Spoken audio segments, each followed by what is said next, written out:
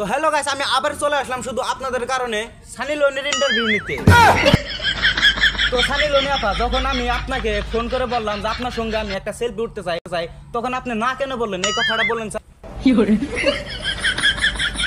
না কেন বললেন এই কথাটা বললেন আমাকে আপনি? আর যখন আমি আপনাকে ফোন করেছিলাম তখন আপনি মনে মনে কি ভাবছেন? मैं शॉक में थी।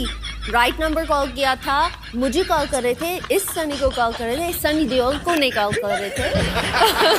They wanted me.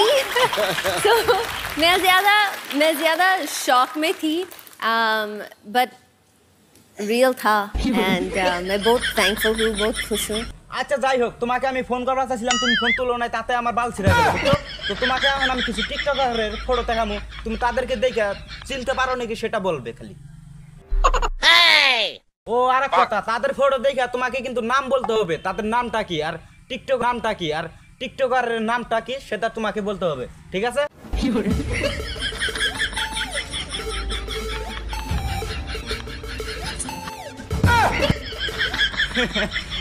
এখন যে তুমি স্ক্রিনে ফটোটা দেখতে পেলে, এমন সে কে আর তার নামটা কি সেটা বলো খালি, তুমি তাকে চিনো না নাই? Mr. Handsome? Mister handsome, Alam ভাই মিস্টার হ্যান্ডসাম।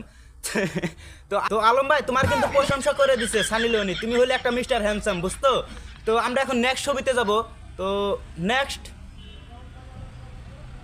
यार